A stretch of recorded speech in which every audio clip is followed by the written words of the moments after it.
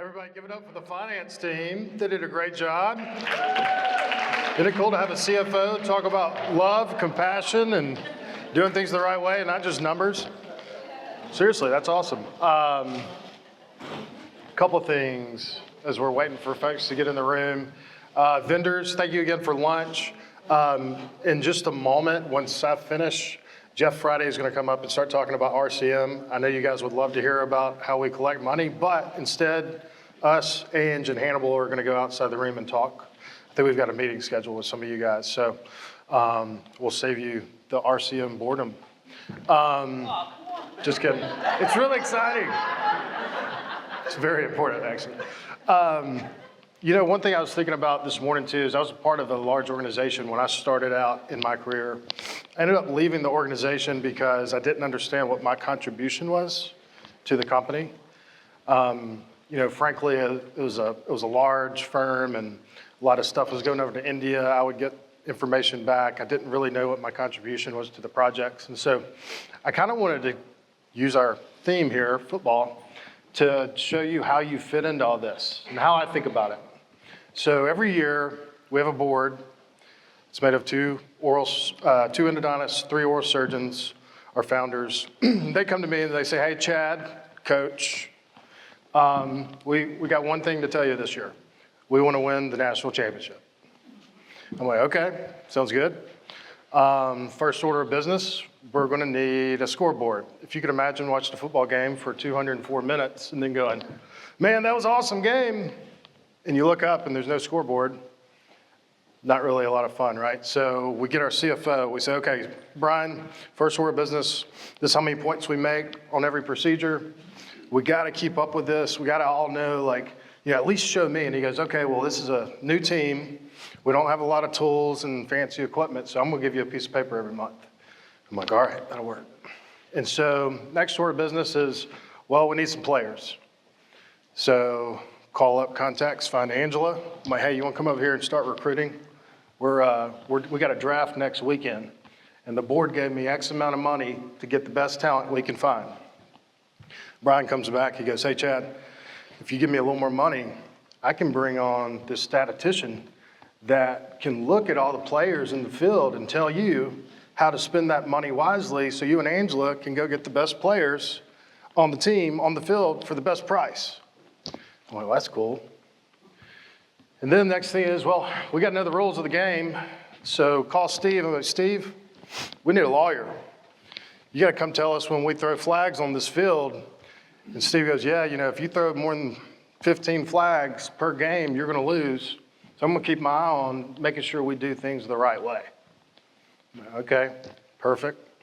Well, then I call Peter because I'm like, "Peter, I'm about to start bringing on team members to this team, and I need you to work them out, know where their head's at, know where the best, you know, opportunities are for the best positions, and optimize this team so, you know, we can run defense and offense." And Peter goes, "Hey, Brian, you mind if I borrow some of your team, some of those stats guys?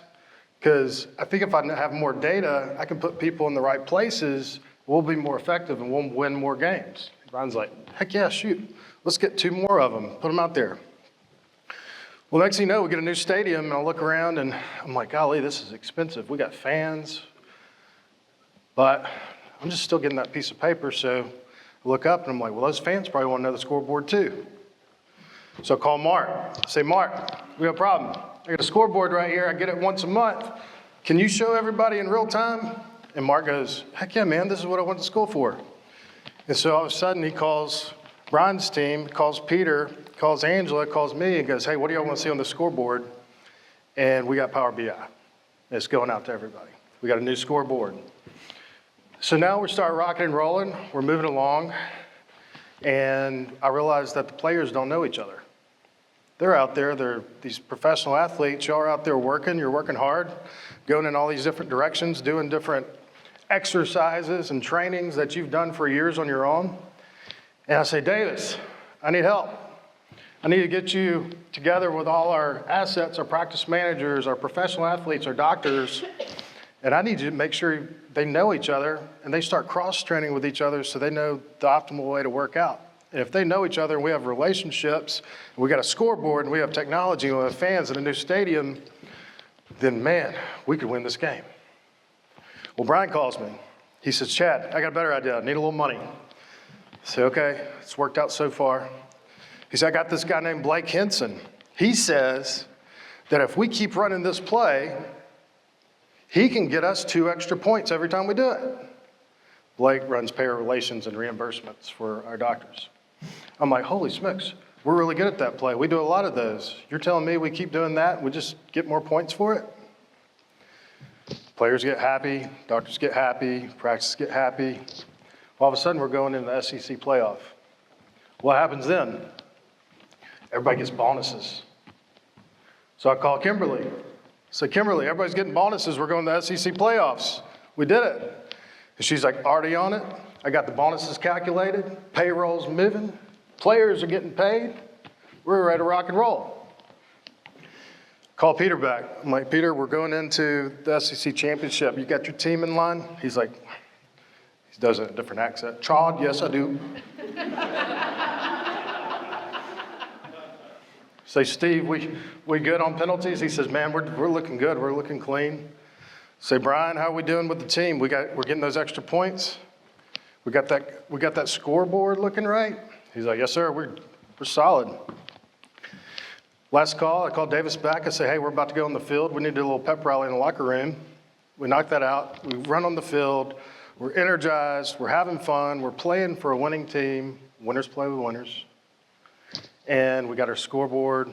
We got everything wired up right. We got operations. We got our penalties. We got our recruiting. We got a draft season that's just nothing but the best. And then we get a break. And we get to get in a room like this and sit down together, take a breather, and think about last year, think about what we've done so far, and look for 2026. So as we think about how we all work together and what this looks like, that's really how it all comes together. It starts with the people, ends with the people, starts with our doctors and you, and our patients, ends with our doctors, you, and patients. And without y'all, we don't have a job, we don't have a team, we have nothing to celebrate. So thank you again for everything. Looking forward to this afternoon. We are about to kick off revenue cycle management, so Jeff Friday is going to come up. I don't know if he's got any good intro music, but thank you again. Sorry for the cheesy analogy, but just want to take a minute and show you kind of how it all comes together. Thanks.